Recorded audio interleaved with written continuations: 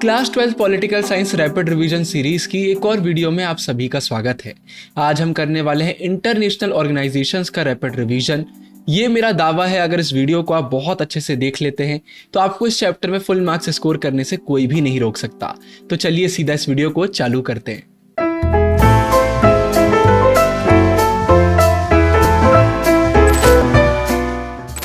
तो सबसे पहले बात कर लेते हैं कि यूनाइटेड नेशंस इंपॉर्टेंट क्यों है, इंटरनेशनल ऑर्गेनाइजेशंस इंपॉर्टेंट क्यों होते हैं।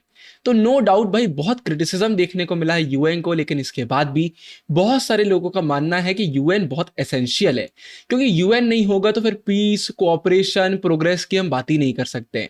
ये हमें एक होप देता है कि पूरी दुनिया साथ में मिलकर आगे बढ़ सकती है। साथ में यूएन हमें एक ऐसा प्लेटफॉर्म प्रोवाइड करता है जहां पर हम डायलॉग कर सकते हैं, बात कर सकते हैं, कॉन्फ्लिक्ट्स को रिजॉल्व कर सकते हैं। जरूरी नहीं है कि हर एक दिक्कत में हमें वॉर करना पड़ेगी। यूएन में आकर हम पीसफुली समाधान ढूंढ सकते हैं किसी भी प्रॉब्लम का। साथ में बहुत सारे इश्यूज होते हैं, जैसे ग्लोबल डिसीज की बात कर लेते हैं, क्लाइमेट चेंज की बात कर लेते हैं। यहां पर ग्लोबल कोऑपरेशन की जरूरत होती है, एक कंट्री अकेले कुछ भी नहीं कर सकती। और यहां पर यूएन बहुत इंपॉर्टेंट होता है, क्योंकि यूएन फिर अग्रीमेंट्स बनाता है, एक्शन प्लान्स बनाता है कि कैसे क्या हम इन चीजों को ठीक कर सकते हैं। फिर इसके बाद एक और इंपॉर्टेंट पॉइंट आता है कि कंट्रीज ये तो मानती है कि हमें कोऑपरेट करना चाहिए, लेकिन ये कोई नहीं समझ पाता है कि किसको कितना कोऑपरेट करना चाहिए, किसका भाई फाइनेंशियल रोल ज्यादा रहेगा, किसकी रिस्पॉन्सिबिलिटी ज्यादा है, कौन अकाउंटेबल है। इन चीजों में वाद विवाद हमें देखने को मिलते हैं। और यहां पर यूएन इंपॉर्टेंट है, क्योंकि यूएन भाई सही से इंफॉर्मेशन इकट्ठा करता है, रूल्स रेगुलेशन बनाता है, लोगों को समझाता है, इसलिए यूएन बहुत इंपॉर्टेंट है। और फिर इसके बाद जब से कोल्ड वॉर एंड हुई है, यूएस का डोमिनेशन हमें देखने को मिलता है, बहुत सारे नए पावरफुल नेशंस हमें देखने को मिलते हैं, तो उन्हें बैलेंस करना बहुत जरूरी है। कहीं ऐसा ना हो कि पूरे वर्ल्ड में सिर्फ गिनी चुनी कंट्रीज का डोमिनेशन हमें देखने को मिले। इस सेंस में भी यूएन बहुत ज्यादा इंपॉर्टेंट है। अब यूएन की बात कर रहे हैं तो उसके लोगों की भी बात कर लेते हैं। आपको यूनाइटेड नेशन के लोगों में सबसे पहले तो वर्ल्ड मैप देखने को मिलेगा, और उसके अराउंड आपको ऑलिव ब्रांचेस देखने को मिलेंगी, और ये सिग्निफाई करता है वर्ल्ड पीस। तो कभी भी क्वेश्चन आए तो यही आंसर आप लिखेंगे। वीडियो में आगे बढ़ने से पहले एक इंपॉर्टेंट बात, बहुत दिनों से बच्चे कमेंट कर रहे हैं भैया रिवीजन कैसे करना चाहिए। तो देखिए, मैंने आपको पहले भी बताया है, फिर से बता देता हूं। एक अच्छी क्वेश्चन बैंक ले लीजिए। मैंने आपको गुरुकुल बाय ओसवाल के बारे में बहुत बार बताया है, डिस्क्रिप्शन में आपके लिए लिंक डाल दूंगा, मार्केट से ले सकते हैं। बहुत ही प्यारी बुक है, लेटेस्ट सिलेबस पैटर्न को देखकर बनाई गई है। इसमें आपको सारे इंपॉर्टेंट क्वेश्चन आंसर देखने को मिल जाएंगे, सारे पीवाईक्यूज इंक्लूडेड हैं। तो इससे अगर आप अपना रिवीजन करेंगे ना, तो आपको आइडिया लगेगा कि आखिर एग्जाम में क्वेश्चन कैसे पूछे जाते हैं, फिर आपको कोई भी दिक्कत नहीं होगी। तो ये बुक जरूर से परचेज कर लीजिए, बहुत ही शानदार बुक है। मैंने खुद रिव्यू करा हुआ है, बहुत सारे बच्चों ने रिव्यू करा हुआ है, उन्हें भी ये बुक बहुत पसंद आई। तो जरूर से ले लीजिए, रिवीजन करिए। अभी अगर आप रिवीजन नहीं करेंगे, बाद में बहुत दिक्कत आएगी। बोर्ड एग्जाम बहुत पास आ गए। अब वीडियो में आगे बढ़ते हैं। अब इवोल्यूशन ऑफ यूएन की बात कर लेते हैं कि यूएन कैसे एस्टेब्लिश हुआ, कैसे इवॉल्व करा। सबसे पहले ओरिजिन्स की बात करते हैं। तो फर्स्ट वर्ल्ड वॉर के बाद कंट्रीज ने बोला भाई इंटरनेशनल ऑर्गेनाइजेशन का होना बहुत जरूरी है, और इस चक्कर में लीग ऑफ नेशंस को एस्टेब्लिश करा गया। इसका एक ही मकसद था कि फ्यूचर में और कोई वर्ल्ड वॉर नहीं होना चाहिए। लेकिन फिर हमें वर्ल्ड वॉर 2 भी देखने को मिल गई, ये फेल हो गया। तो फिर इसका सक्सेसर बनाया गया यूनाइटेड नेशंस को 1945 में, और टोटल 51 इनिशियल मेंबर्स हमें देखने को मिलते थे। आप मुझे कॉमेंट्स में बताइए कि यूएन में आज की डेट में कितने इंटरनेशनल मेंबर्स हैं। और अब इसके बाद अगर हम ऑब्जेक्टिव्स की बात करते हैं, तो पहला ऑब्जेक्टिव तो यही है कि भाई इंटरनेशनल कॉन्फ्लिक्ट को प्रिवेंट करना है, कोऑपरेशन हमें बढ़ाना है, हमें सोशल और इकोनॉमिक डेवलपमेंट करना है, क्योंकि जहां पर भी सोशल और इकोनॉमिक डेवलपमेंट नहीं होता है, वहीं पर कॉन्फ्लिक्ट हमें ज्यादा देखने को मिलते हैं। तो जितनी भी रूट कॉजेस है ना, उन्हें खत्म करना बहुत जरूरी है, और यही इसके ऑब्जेक्टिव्स है। अब स्ट्रक्चर की बात करते हैं तो 2 इंपॉर्टेंट ऑर्गन्स हैं। पहला जनरल असेंबली, जहां पर हमें सारे मेंबर स्टेट्स देखने को मिल जाते हैं, और हर एक मेंबर के पास एक वोट होता है।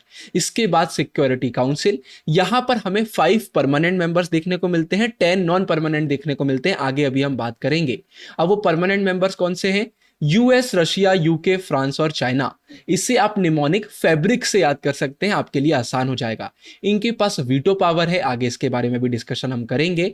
और इन्हें इसलिए सिलेक्ट करा गया था क्योंकि वर्ल्ड वॉर 2 के बाद यही सबसे ज्यादा डोमिनेशन में हमें देखने को मिलते थे, यही सबसे ज्यादा पावरफुल थे। अब इसके बाद सेक्रेटरी जनरल की बात करना भी जरूरी है। इससे पहले हमने प्रिंसिपल ऑर्गन्स देखे।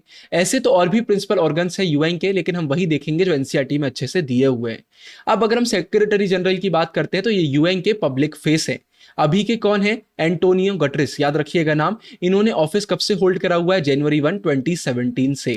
इसके बाद यूएन की कुछ एजेंसीज भी हमें देखने को मिलती हैं, जैसे वर्ल्ड हेल्थ ऑर्गेनाइजेशन हेल्थ पर फोकस करती है, यूएनडीपी डेवलपमेंट पर फोकस करती है, United nation human rights commission human rights पर फोकस करती है, यूएनएचसीआर रिफ्यूजीज पर फोकस करती है, यूनिसेफ हमारी चिल्ड्रन पर फोकस करती है, और यूनेस्को हमारे एजुकेशन, साइंस और कल्चर पर फोकस करती है। तो ये नाम याद रखिएगा, इनके फुल फॉर्म्स आप मुझे कमेंट्स में बताइएगा, ये भी याद रखिएगा, बहुत आसान है। अब इसके बाद रिफॉर्म्स का इंपॉर्टेंट टॉपिक निकल कर आता है। हर एक ऑर्गेनाइजेशन की तरह भाई यूएन में भी इंपॉर्टेंट है कि हम धीरे धीरे करके रिफॉर्म्स लेकर आएं, क्योंकि समय के हिसाब से बहुत सारी चीजें बदल जाती हैं।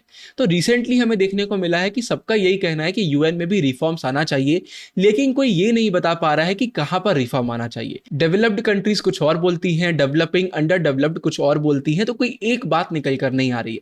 लेकिन फिर भी सबका कहना है कि रिफॉर्म बहुत जरूरी है, और यहां पर दो टाइप के रिफॉर्म्स की बात करी जाती है, बहुत इंपॉर्टेंट है, अच्छे से सुनिए।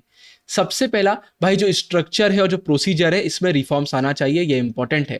और दूसरे नंबर पर निकल कर आता है ज्यूरिसडिक्शनल रिव्यू, मतलब वो चीजें जहां पर यूएन अपना जजमेंट दे सकता है, जहां पर यूएन एक्शन ले सकता है, वहां पर भी बात करी जाती है कि यूएन की लिमिटेशंस क्या होना चाहिए, यूएन की पावर्स क्या होना चाहिए, और इसी को लेकर बात करी जा रही है। तो दोनों रिफॉर्म्स को हम देख लेते हैं कि इनके अंदर हम क्या बात कर रहे हैं, बहुत इंपॉर्टेंट टॉपिक है। तो सबसे पहले स्ट्रक्चरल और प्रोसेस रिफॉर्म्स की बात करते हैं। तो यहां पर मेन फोकस हमारा सिक्योरिटी काउंसिल पर है, क्योंकि एक स्ट्रॉन्ग डिमांड हमें देखने को मिलती है कि नॉन परमानेंट और परमानेंट दोनों मेंबर्स को इंक्रीज करना चाहिए, और पर्टिकुलरली कहां से करना चाहिए? अफ्रीका, एशिया, साउथ अमेरिका से, क्योंकि अभी जो हमारी ग्लोबल पॉलिटिक्स है ना, वो यूएन के स्ट्रक्चर में अच्छे से रिफ्लेक्ट नहीं हो पाती है, रिप्रेजेंट नहीं हो पाती है, तो मेंबर्स बढ़ना चाहिए।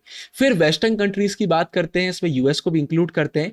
तो इनका कहना है जो बजट का प्रोसेस है, प्रोसीजर है, उसको इंप्रूव करना चाहिए, और जो एडमिनिस्ट्रेटिव एफिशिएंसी है उसको भी हमें इंप्रूव करना चाहिए। फिर जुरिस्डिक्शन की बात करते हैं, तो यहां पर सबकी अपनी अपनी प्रायोरिटीज हैं, सब अपनी अपनी बातें करते हैं। कुछ का कहना है कि जब पीस और सिक्योरिटी मिशंस की बात आती है, तो यूएन का एक ज्यादा बड़े लेवल पर काम होना चाहिए, मतलब कहीं पर भी अगर ह्यूमन राइट्स वायलेट हो रहे हैं, वॉर हो रही है, कॉन्फ्लिक्ट हो रहे हैं, तो यूएन को वहां पर आगे बढ़ना चाहिए, हैवी स्टेप्स लेना चाहिए। लेकिन दूसरी तरफ कुछ लोगों का बोलना है नहीं, यूएन को इन सब पर इतना फोकस नहीं करना चाहिए, बल्कि ह्यूमैनिटेरियन वर्क करना चाहिए, डेवलपमेंट करना चाहिए, health, education, environment, pollution control और ह्यूमन राइट्स पर, जेंडर पर, सोशल जस्टिस पर काम करना चाहिए। तो अलग अलग ओपिनियंस हमें देखने को मिल जाते हैं। अब इसके बाद एक क्वेश्चन आता है कि इतना रिफॉर्म की बात हम क्यों कर रहे हैं? तो इसके पीछे सिंपल सा रीजन है कि कोल्ड वॉर के बाद ना बहुत सारी चीजें बदल गई हैं। सबसे पहले यूएसएसआर का खात्मा हो चुका है, यूएस स्ट्रॉन्गेस्ट पावर बनकर हमारे सामने आया है, पूरे वर्ल्ड को इन्फ्लुएंस कर रहा है। फिर यूएसएसआर और यूएसए के रिलेशन इतने नहीं अच्छे थे, लेकिन अगर हम रशिया और यूएसए की बात करते हैं, जो यूएसएसआर का सक्सेसर है, इनके रिलेशन बढ़िया हैं, तो भाई रिलेशनशिप में भी चेंजेस हमें देखने को मिले। फिर चाइना भाई कितनी तेजी से ग्रो कर रहा है, हम प्रिडिक्ट करते हैं कि आने वाले सालों में यूएस को भी ये ओवरटेक कर लेगा। इंडिया भी बहुत तेजी से ग्रो कर रहा है। फिर अगर हम एशिया की इकोनॉमीज की बात कर रहे हैं, तो ये भी ऐसे ग्रो कर रहे हैं जो आज से पहले कभी भी नहीं करे, तो इनकी भी ग्रोथ हमें देखने को मिल रही है। बहुत सारी नई कंट्रीज जो पहले आजाद नहीं थी, कॉलोनीज थी या किसी ग्रुप की पार्ट थी, अब वो आजाद हैं, अब वो भी यूएन को ज्वाइन कर रहे हैं, तो नए मेंबर्स आ रहे हैं, तो उनके बारे में भी सोचना चाहिए। तो कुल मिलाकर बहुत नए नए प्रॉब्लम्स भी हमारे सामने आए, जैसे genocide, civil war, ethnic conflict etcetera. तो ये नए नए प्रॉब्लम्स है, पुराने वाले प्रॉब्लम्स नहीं है, तो इन पर भी फोकस करना चाहिए। तो जब इतनी सारी नई चीजें हैं, तो पुराना यूएन अच्छे से काम कैसे करेगा, इसलिए रिफॉर्म्स की जरूरत है। अब इसके बाद एक बहुत इंपॉर्टेंट टॉपिक निकल कर आता है रेजोल्यूशन का। 1992 में यूएन जनरल असेंबली ने अडॉप्ट करा एक रेजोल्यूशन। यहां पर हमने देखी भाई कि 3 मेन कंप्लेंट्स आ रही हैं जहां पर हमें काम करने की जरूरत है।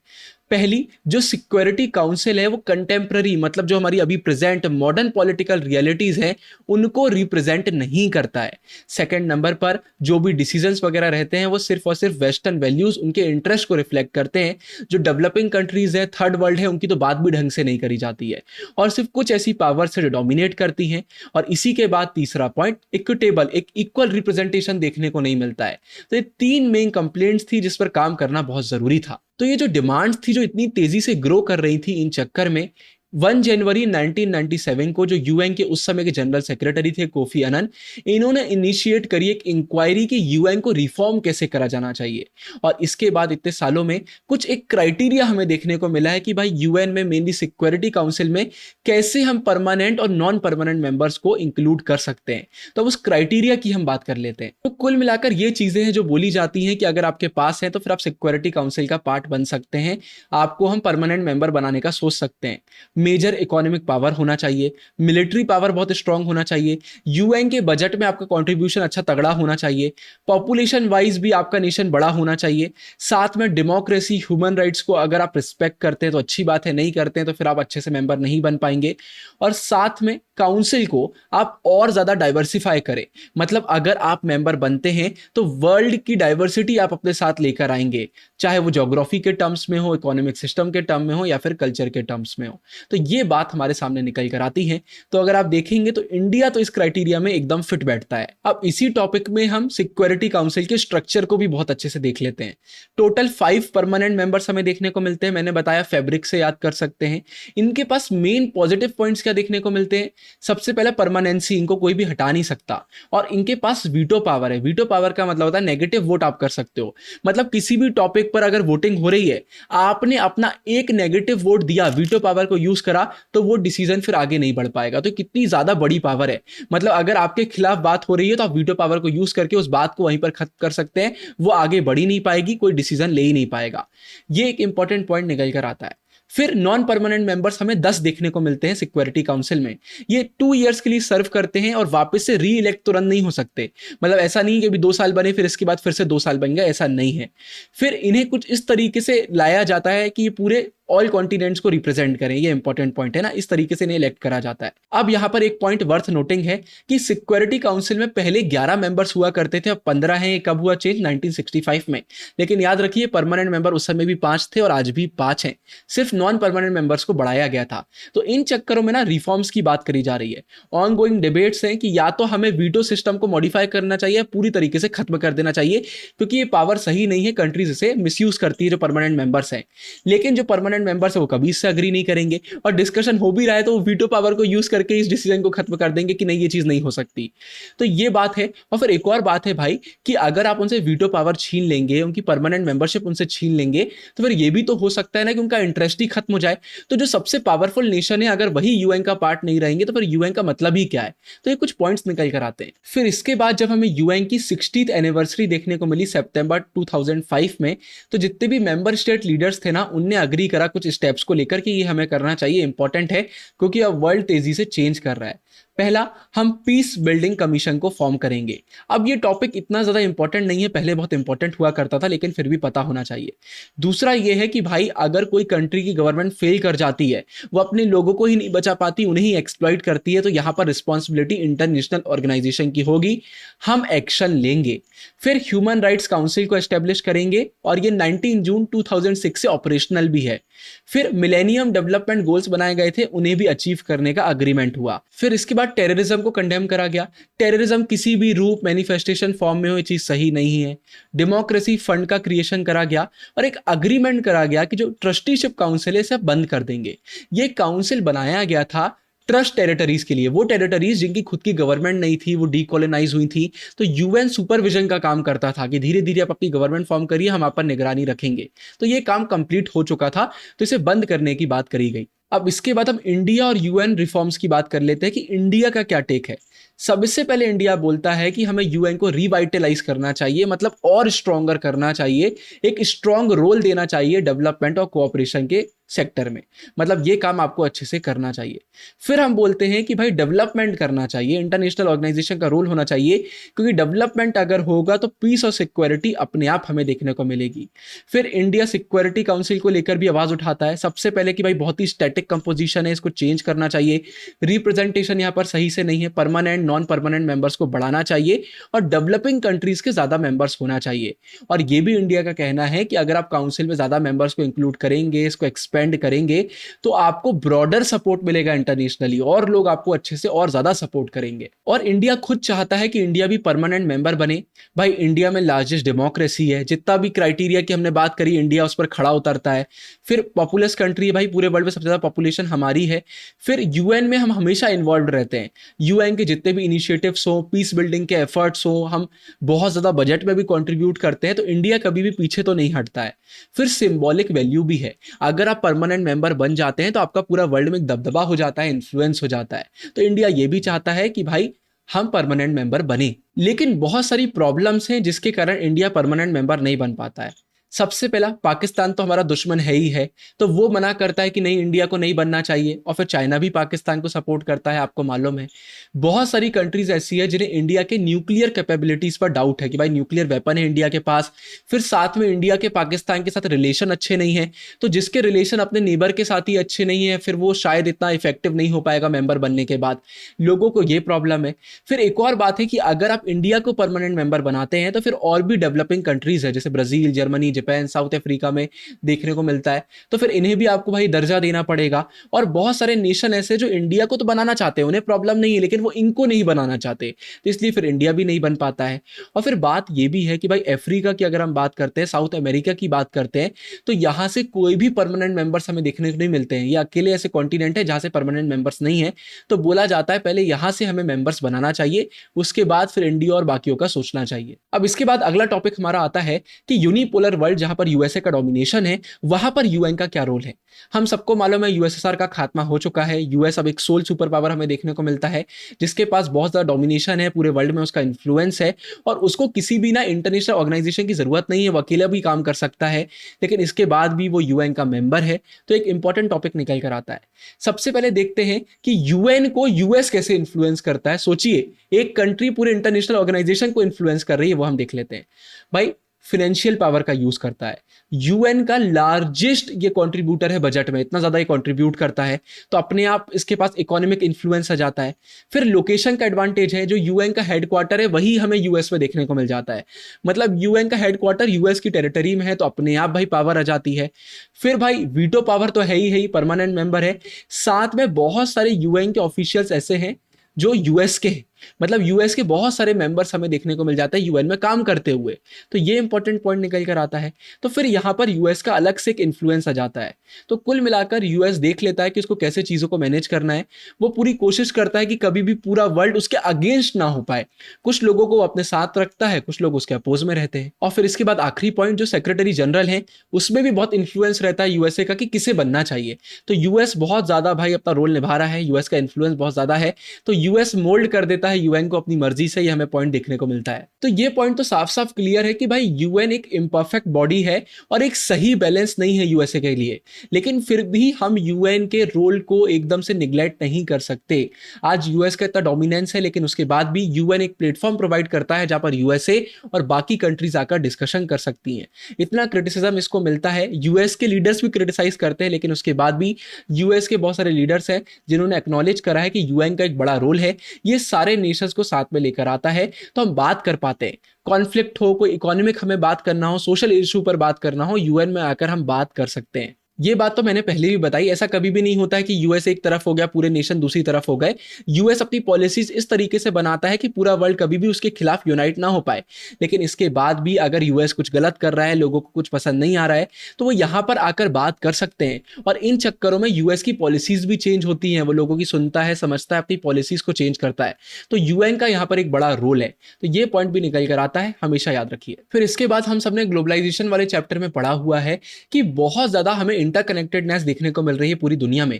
और जैसे जैसे टेक्नोलॉजिकल एडवांसमेंट होंगे और साथ में और ज्यादा ग्लोबलाइजेशन देखने को मिलेगा और इंटरकनेक्टिविटी बढ़ेगी, तो यूएन का रोल अपने आप बढ़ना ही बढ़ना है। और यूएन एक अच्छी प्लेस है जहां पर हम बहुत सारे टॉपिक्स पर डिस्कशन कर सकते हैं। तो बहुत सारी चीजें ऐसी है जहां पर एक कंट्री कुछ भी नहीं कर सकती, वहां पर कोऑपरेशन बहुत जरूरी है, इसलिए यूएन इंपॉर्टेंट है। और आखिरी में यूएन में हमें अपना साथ देना पड़ेगा, कंट्रीज को आना पड़ेगा, सपोर्ट करना पड़ेगा, वरना यूएन का कोई वजूद ही नहीं है। हम हैं इसलिए यूएन है, तो ग्लोबल इंटरेस्ट और पर्टिकुलर खुद के इंटरेस्ट के लिए हमें देखना चाहिए, बातें करना चाहिए। सिर्फ सेल्फिश मोटिव्स के पीछे यूएन ज्वाइन नहीं करना चाहिए, सारी चीजों पर ध्यान देना चाहिए। अब इसके बाद अगर हम इंटरनेशनल मॉनेटरी फंड की बात करते हैं तो इंटरनेशनल ऑर्गेनाइजेशन है जो देखता है जितने भी भाई हमें इंटरनेशनल लेवल पर फाइनेंशियल इंस्टीट्यूशंस देखने को मिल जाते हैं, रेगुलेशंस देखने को मिल जाते हैं, उन्हें ये वॉच करता है, रेगुलेट करता है। अभी इसमें 190 मेंबर्स हमें देखने को मिल जाते हैं, लेकिन सबका इक्वल से नहीं है। जिसका जितना डोमिनेशन है वो उतना इन्फ्लुएंस करता है इंटरनेशनल मॉनेटरी फंड को। तो इक्वालिटी की यहाँ पर कमी देखने को मिलती है। फिर इसके बाद अगर हम वर्ल्ड बैंक की बात करते हैं तो 1944 में ये फॉर्म हुआ था। ये सपोर्ट करता है डेवलपिंग कंट्रीज को, कहां पर भाई एरियाज जैसे एजुकेशन, हेल्थ, एग्रीकल्चर, एनवायरमेंट की बात कर लें, इंफ्रास्ट्रक्चर, गवर्नेंस की बात कर लेते हैं। ये लोन्स और ग्रांट्स प्रोवाइड करता है, इसलिए इसका इन्फ्लुएंस डोमिनेशन बहुत देखने को मिलता है। लेकिन इसे इसके बहुत सारे मेंबर्स क्रिटिसाइज करते हैं। उनका कहना है कि आप बहुत ही स्ट्रिक्ट कंडीशन को इंपोज करते हैं, फ्री मार्केट रिफॉर्म को इंपोज करते हैं।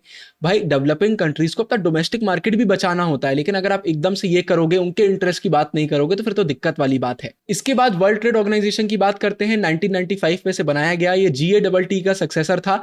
इकोनॉमिक्स बच्चे कमेंट्स में इसका फुल फॉर्म बताएंगे। 164 मेंबर्स हैं और यहां पर जितने भी डिसीजन होते हैं ना, सबकी सहमति से होते हैं। लेकिन फिर भी बोला जाता है कि जो मेजर पावर है जैसे US, EU, जापान, ये इसे डोमिनेट करते हैं और इसलिए डेवलपिंग कंट्री से कंप्लेंट आ रही है कि इनका प्रोसीजर बिल्कुल भी ट्रांसपेरेंट नहीं है। इन्हें बताया ही नहीं जाता है काम कैसे करता है, इसके रूल्स वगैरह कैसे बनते हैं, और बाइस्ड है। तो ये आरोप इस पर लगाए जाते हैं। फिर इंटरनेशनल एटॉमिक एनर्जी एजेंसी की बात करते हैं तो 1957 में इसको फाउंड करा गया था। ये प्रमोट करती है कि न्यूक्लियर एनर्जी का सिर्फ पीसफुल यूज होना चाहिए। मतलब अगर आपको पावर वगैरह जनरेट करना है, इन कामों में करिए, लेकिन कभी भी आप इसे वॉर वगैरह के लिए यूज मत करिए, मिलिट्री वेपन वगैरह के लिए यूज नहीं करिए। ये ग्लोबल न्यूक्लियर फैसिलिटीज को भी इंस्पेक्ट करते हैं, मतलब पूरे वर्ल्ड को देखते रहते हैं कि जहां पर भी न्यूक्लियर एनर्जी का यूज होता है कहीं गलत यूज तो नहीं हो रहा है। तो इसका भी एक इंपॉर्टेंट रोल निकल कर आता है। अब इसके बाद एमनेस्टी इंटरनेशनल की बात कर लेते हैं। बोर्ड्स में CUT में कभी भी क्वेश्चन आए मत भूलिएगा। 2 इंटरनेशनल NGO हमें देखने को मिलते हैं। पहला कौन सा है? पहला हो गया हमारा एमनेस्टी और दूसरा हमारा हो गया ह्यूमन राइट्स वॉच। आगे अभी हम देखेंगे।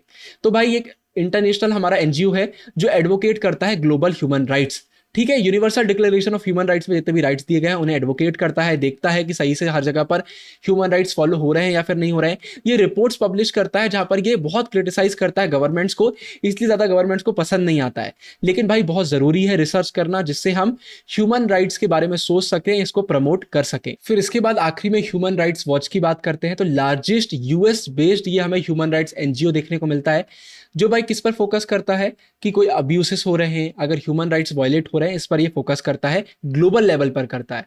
इसने बहुत सारे कैंपेन्स चलाए हुए हैं, जैसे लैंड माइंस के खिलाफ, भाई चाइल्ड सोल्जर्स वगैरह नहीं होना चाहिए, इंटरनेशनल क्रिमिनल कोर्ट होना चाहिए। तो कुल मिलाकर इनकी ये बातें करता है, कैंपेन्स निकालता है। तो ये भी एक इंपॉर्टेंट NGO निकल कर आता है। इसी के साथ हमारा ये वाला वीडियो कंप्लीट होता है। अगर आपको पसंद आया हो तो प्लीज लाइक करिएगा, कमेंट करिएगा, अपने दोस्तों के साथ शेयर करिएगा, कमेंट्स में बताइएगा आपको ये वीडियो कैसा लगा। बाकी एंड स्क्रीन में आपके लिए पूरी प्लेलिस्ट डाल रहा हूँ, आगे बने रहिए, बहुत इंपॉर्टेंट वीडियोस आ रही हैं। इस वीडियो के लिए इतना ही। साइनिंग ऑफ, गुरु टेहंगुरिया।